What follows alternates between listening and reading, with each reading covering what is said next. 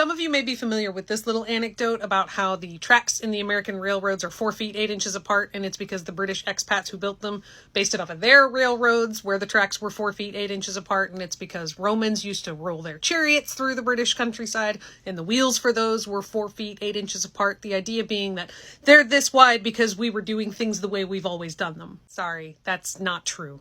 There was no standard distance in the United States until after the Civil War. The British didn't have a standard for a long time either, and the Romans never had war chariots.